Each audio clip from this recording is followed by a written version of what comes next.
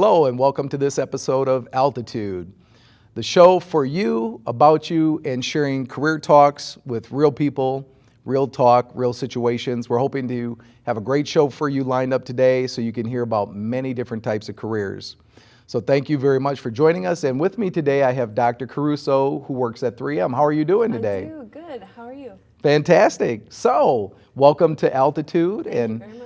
Yeah, as you can tell, I'm very excited to have you on today. You know, it's very rare that a technologist, puts things into perspective like, oh, I'm talking to a scientist. So this is a very special day. I think you're our first pure scientist. Awesome. Well, I'm very honored. Yes.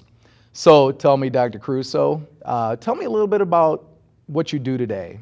Sure. So I work at 3M, headquartered here in St. Paul, Okay. Minnesota. I work in the Industrial Adhesives and Tapes division, so that's the largest division at 3M, and I'm in the laboratory, so that means I'm doing product development, making new sticky stuff, so new adhesives. How can you beat Post-it notes? So I mean, or masking tape. Well, You can't. it depends on what you want to stick together. Ah. So Post-its and tape are good if you don't want to have too high of adhesion, but if you're sticking like planes and cars together, we make adhesives that do that also, but they have to be a lot stronger. And on behalf of all the passengers, we thank you for that very much, especially when we start going to the moon, right? Yes. All exactly. right. So did you always want to be a scientist, or tell me a little bit about, what you wanted to be when you grew up? Sure. I think the earliest recollection I have of wanting to be something was an astronaut. I was really interested in space when I attended space camp after 5th grade. Okay. And got a scholarship to go there through a Women Aviators Club. So that helped me just get a flavor for what astronauts get to do. So we did a couple simulated missions, one where we got to be on a part of a space shuttle doing a mock experiment. So I was one of the scientists doing an experiment there. And then the second mission, I got to be on mission control. So I got to see how that operated and how they can support people when they're hundreds of thousands of miles away in space. So when you had that vision of doing that, is that how you started your education pathway? Tell us a little bit about how you got to where you're at with your education, maybe. Yeah, I think a little bit. I was always strong in math and science, but I didn't know what I wanted to do with it. So I really enjoyed my high school chemistry class. I was in the International Baccalaureate program, so I took chemistry for 3 years and really enjoyed that. Helped me prepare for college better, and my strengths were really in chemistry, but I wasn't sure what I wanted to do with it. So when I went to college, I was majoring in chemistry right away, but again, I had no idea where it would take me.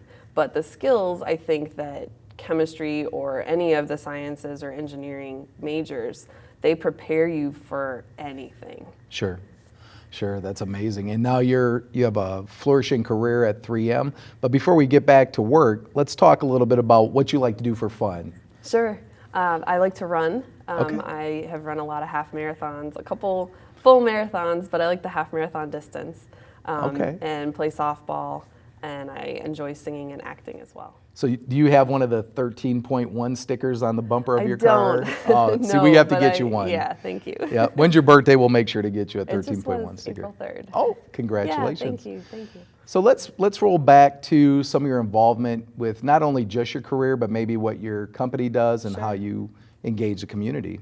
Yeah, I love working for 3M. It's an excellent company for, I think, just a well-rounded scientist. There's really challenging problems to solve, which is why I became a scientist, because we like solving problems. So just looking at technology development, really longer-term projects, and then now I work on shorter-term projects with the electronics industry. So they're making new products every year, and we want to be spec'd into those products, and so we have to move really, really fast at the speed of the customer. So what I really enjoy about 3M in my position now is that close interaction with the customer that I have, so I know what they're looking for, and I can go back into the lab and design my product to meet what they're asking for. And just having that dialogue is really energizing for me to make something that other people can use and appreciate. Yeah, so when you started at 3M, then just kind of now I'm going in reverse order, when you first got your first engagement with 3M, what level did you start at? I started as a product development engineer. Apologize if I didn't catch that the first time. And that was in the corporate research materials laboratory. Okay. So right out of graduate school, I started there, kind of entry level with my PhD, and was able to work on longer term technology development programs. So things that are about 3 to 5 years away from being a commercialized product. Sure. And one of the things that we do here is we also try to give advice to young persons that are interested in careers and education such as yours. Sure. Do you have any advice for, well, we probably want to start earlier because we don't want to wait till being a senior or junior, but let's say, a high school person. What would you tell a high school person that they should do to prepare for, to reach the type of role that you have at 3M? Yeah, I would say grades and GPA are kind of the first thing that we look at. I also help support the research and development internship program at 3M. So I'm looking at a lot of resumes and trying to help college students get an internship at 3M. And Sure. so one thing we look at is GPA. So you have to stick to the books. You Yep. have to keep going to school, keep staying in class, Yeah. and learning as much as you can, just challenging yourself. Sure. So I think that's kind of number one. Okay. But then also just thinking broadly on when I go to college, what do I want to pursue? What do I think I want to study? And it can always change when you get there. You could change majors. But I think anything within the science and engineering area is really well-rounded to kind of help you go wherever you want to go. And that's one of the reasons I pursued graduate school, is because I wanted to have higher education because it opens more doors for you. And, it sounds very rigorous, and I know that it is, but you also have a lot of fun too, right? I do. Yeah, Yeah, so yeah. I can tell by your excitement behind it that you have a lot of fun. Do you, for a young person too in high school, when they go into college, do you have, or from your employment perspective, do they look at other community service type engagements Absolutely. or other things that they do? Can you share a Yes, little bit absolutely. about that? So I've really prided myself in making sure I am well-rounded, that I'm not just book smart or don't dedicate myself to only that in my life. I like having and spending time doing other things. So spending time with your family is really important. Having some sort of hobby, some sort of athletic sport. So 3M is really big on teamwork. I think, as many scientific careers are, it's really hard to develop something by yourself. So Sure. collaboration and working with other people, especially with different disciplines, is extremely important. So you can see that early on in sports and athletics. 'Cause you're on a team, you're working together towards a goal. And I see that all the time in my projects. You can't commercialize anything by yourself. So athletics teach youngsters Oh, at yeah. a really young age how to work together as a team to accomplish a goal, and I think that's extremely important. Then the other side of the brain is the music, exploring that type of thing. So I've tried to do all of those things, and as well as community service, so serving the community through various organizations. Sure. And even as an adult, member of a sorority, if I'm not mistaken. Yes, So yes. Zeta Phi Beta Sorority Incorporated. I So, am, yes. I'm yeah. currently the Minnesota State Director, so very Fantastic. involved in helping mentor the undergraduates at the University of Minnesota, and then we're hoping to charter new chapters in the state as Beautiful. well.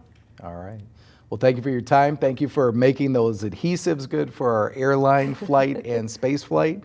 And, maybe next time you still be able to pursue that astronaut, and, we'll be talking to you before you head to Mars I or hope Jupiter. so. That's my plan. So thank you very much Thank for you your very time, much. Dr. Caruso. Yeah. Have a good day. All right.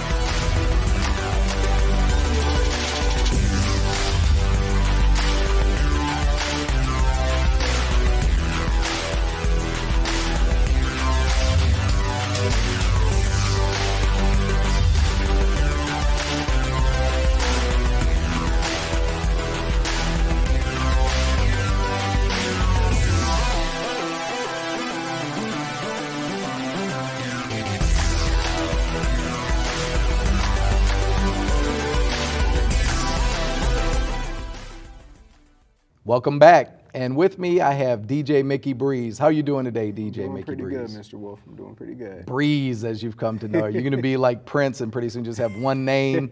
We can't call you DJ Mickey. You're going to be Breeze. Actually, that's kind of tight. That's kind of tight. It's good, but I've been building this brand for a minute. I've thought about logo changes and name changes and all that type of stuff, but I can't get anybody to know me by anything else. Right. And that's okay, man. Yeah. You know, you got your own thing. I think the last time you were here visiting with us, you had just turned 18. Yep. And you had told me on the slide that, hey, I'm going to South by Southwest. I'm going to play in front of Google. So let's catch up the audience. What have you done in the past short bit since you last interviewed here? That's a long list. Okay, pick one thing. Pick one thing. Been to South by Southwest. I recently released my album mid-February. Played in front of Google. I got accepted to play at Soundset this year. Fantastic. On the Last of the Record Buyers stage. And I'm also working with the Children's Hospital in Minneapolis, their Star Studios and everything, to be on a TV program and be a part of their team and do some musical therapy and whatnot with kids.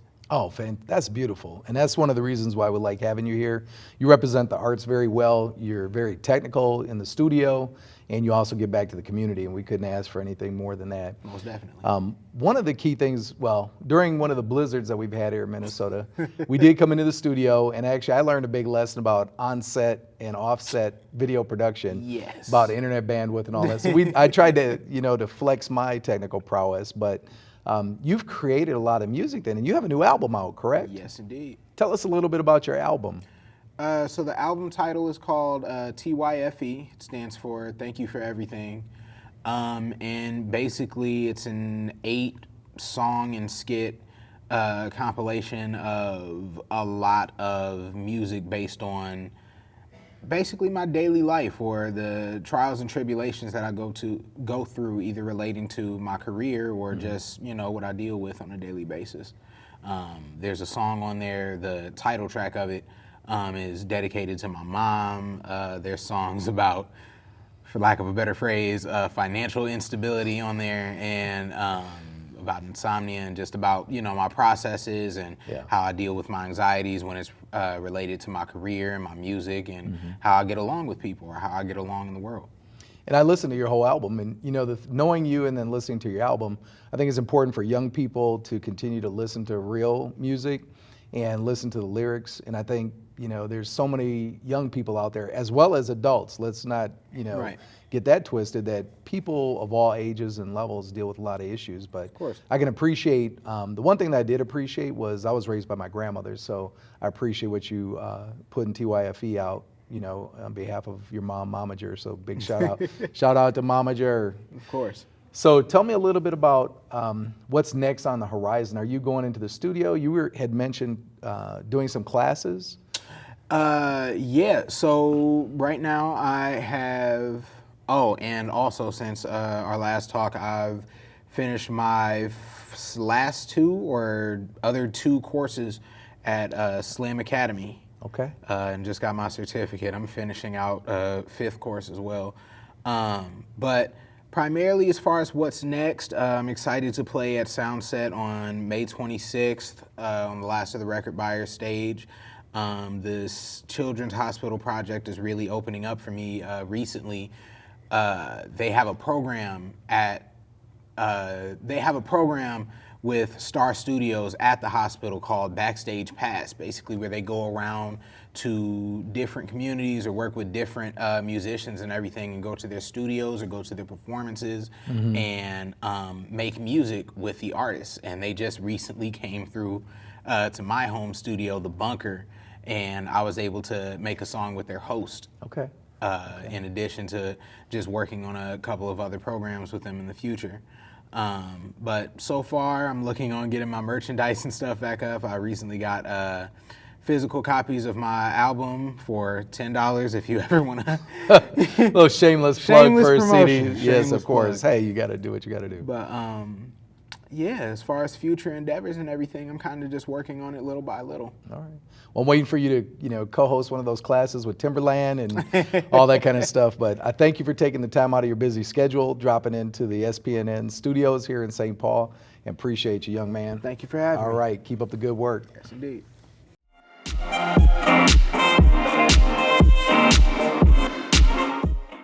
Welcome back. And with me, I have Samuel Ndely. How are you doing, sir? I'm doing good. Thank you for having me. Thank you for joining us. So, Sam, I've known you for a very long time. If you don't mind me calling you Sam. That's fine. All right. Well, it's an honor to have you on the show. I remember you as a young man, met you when you were in college, if I'm not mistaken. Yep. And as an older person, it's just incredible to see a young man that has a vision, that went and pursued that vision and turned it from maybe a dream to reality, as well as, some things we fall into, right?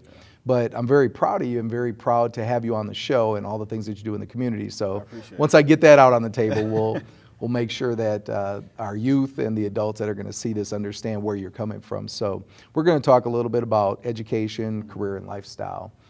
So Sam, tell me a little bit about what you do today and the businesses that you. So during the day, I work at MEDA as a business consultant, and MEDA is the Metropolitan Economic Development Association. And there we work specifically with minority entrepreneurs to help them grow their businesses. And we do that in a couple of different ways. So as a business consultant, I provide technical assistance, which means I'm working with entrepreneurs on business growth planning, helping create different revenue streams, helping them find access to market opportunities, marketing as well too, a whole bunch of different resources, getting their businesses established, creating a foundation. And then as an organization, we also provide financial solutions as well too. So like kind of like a bank, we provide loans. We provide traditional loans, and we also provide equity funding as well too, for more tech-based businesses. And then we have educational programs through our MEDA Mini MBA program, and then we also have our youth program through Junior Achievement. that we do. Wow, that's incredible. And you're also an entrepreneur, so you talked about your. So that's that's the 8 to 5. What about the 5 to 8? Yeah, so the 5 to 8. So really what I've been doing for the last 3 years is I co-founded an organization called Gravity. And with Gravity, similar to MEDA, we're focusing on people of color who are trying to get into entrepreneurship and tech. So really it's the whole tech startup space. And the tech community here is a growing community. The startup community, that is. But one of the things that I realized going into it is that it was really white, and we wasn't really a lot of spaces where people of color could go, feel comfortable, and actually find other people that looked like them that were in that space and had either similar interests in trying to start a business or an app or a startup. And just also talk about some of the challenges that they face. So we created that space just as a meetup. That's where it started out as, and then we did monthly events, then turned into doing things like fireside chats, panel discussions. We held a summit in 2017, and that actually sparked a lot of people getting invested in. We had a VC come out here, and they talked about what do they look for in businesses, and they ended up investing in one of the people that was at our summit. So we've been doing a lot of really great things in the community, getting some great feedback from people, and we've been going strong in 2019. We just had an event last night, and it was a fireside chat with Ndely from Habitaware. She's a local entrepreneur here. She actually won our Meet $1 Million Challenge and the Minnesota Cup last year. So she's been doing really great, and just trying to support businesses like hers and entrepreneurs like herself and her husband, Samir, and giving them a platform to talk about the work that they're doing and how they got to where they're at. Yeah, absolutely. And that's a little bit about what we do here for the youth. Try to have them relate to professionals like you that get into the game, so to speak. Yeah, it's all about representation, right? Like how do you can't. It's hard to do something when you can't necessarily see yourself in that space because you haven't seen anybody that looks like you doing it. So if you have that example, it's a lot easier to achieve that goal. So did you always? I mean, you talked about personal identity and other related issues to that, but when you were a high school student, and I mean, we got to roll back just a tiny bit for you. Right. I'm getting up there, so. Yeah. So what led you to this, or what do you think, how did you prepare to be in the position that you're at? Like, what kind of education do you need? Did you need a formal education? Could you have done it on your own? If you could share your education background a little bit. Yeah, so I'm from Minnesota, born and raised, went to high school at Champ Park High School. I guess really from when I was in high school, and I think just growing up in general, my parents are also really active in the Cameroonian community here. My family's from Cameroon, both my parents are, so I'm a first generation American here. And so I just saw my parents do a lot in the community and always be really involved. They've run a couple organizations, community-based organizations within the Cameroonian community, and was in leadership. So I saw my dad, step up when he needed to. So I guess it's always been around me. And then when I was in high school, I actually started a student organization. I was in Black Achievers through YMCA. So I was just around a lot of support that really helped kind of me see myself in college. And then when I got to college, it was like, I was super involved really early. I was part of the BSU, which is the BSU Black Student Union. At the U of M, right? At the U of M, Okay. yeah. And then joining Phi Beta Sigma in 2009, leadership in that. So I guess I've always been really involved in, anything that allowed me to work with people. And I think that's really what it comes down to, is just my ability to connect with people and work with people, work in teams, and then really wanted to help see people be successful and help them succeed. So now that I'm a business consultant, I work with people and helping them achieve their goals with their businesses. And it's been a great experience. I've been doing it for 2 years now. I just celebrated my second year early April, and it's been good to really reflect and look back and see how much I've been able to do in that time. Sure.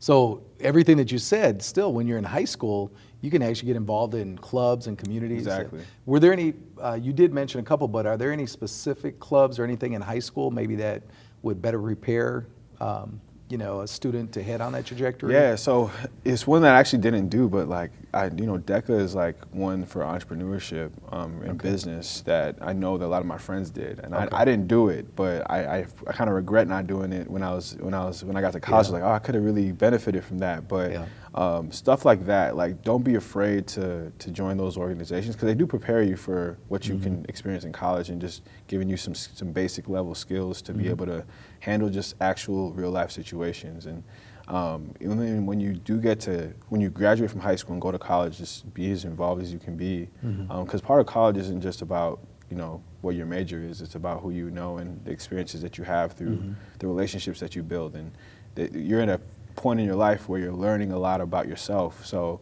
you learn a lot about yourself when you're put in stressful situations. And being a part of student organizations, there's definitely a lot of stressful situations, right? So, but at the end of the day, it's worth it, and it pays off, and it really helped me get prepared for what I do now. Sure, fantastic. And I think the last thing we wanted to touch on real briefly, what do you do for fun? Do you have any other outside of let's see, you got the 8 to 5, then the 5 to 8, then you have the other 5 to 8. Right. So what do you do to have fun? We just had DJ Mickey Breeze up here, and I love music, so I like listening to music. Okay. I make beats on the side a little bit on GarageBand. Oh, you do, huh? Yeah, for fun. It's nothing serious. Yeah. I got a couple things on SoundCloud, but nothing too serious. SoundCloud, look me up. Right. Do you have a name on SoundCloud? Just Mr. Fantastic 4. That's my handle on it. Fantastic with the PH. With the PH, yeah. Fantastic. We'll have to make sure to insert that into the credits. So. Yeah, no, that is fantastic. Yeah. So I love music. I love just spending time with friends and family, and I've been traveling a lot more recently, and it's been good. So. Okay. Well, we appreciate having you on Altitude, and we thank you for your time. Yeah. I know you're very busy, and we appreciate everything that you do for the community, Sam. Thank you. Same to you. Take care. All right. Yep.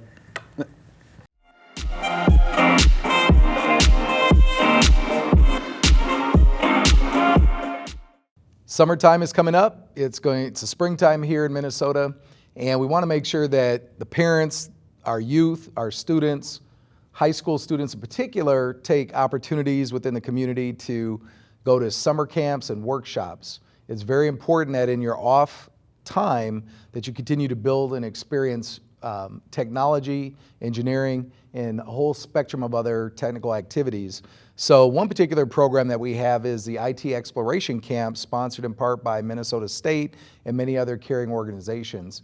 You can actually go to the website 2019camp.minnesotastempartnership.org, At that camp, if you can code, you'll be advanced into real life, real world computer science scenarios that will help you build and expand on your current knowledge. You have to be able to code in some language, but not a problem. We also have openings for students that have coded in web technologies, HTML, CSS, maybe some JavaScript, and we want to make sure that you have and take advantage of every opportunity. Today's show will provide a link to our camp as well as all of the camps that they have recognized across the Twin Cities. Make sure you take advantage of it. Some of them are free, some of them cost, but at the bottom line, at the end of the day, be sure you ask and inquire whether or not they have scholarships or if there is an opportunity to have you go to your school and have it paid for through your school. So on behalf of the Minnesota STEM Partnership, the IT Exploration Camp, and Minnesota State, we appreciate you sticking with your grades, getting into technology and engineering, science, and mathematics. Keep your grades up and keep doing a great job. Thank you for watching this episode of Altitude.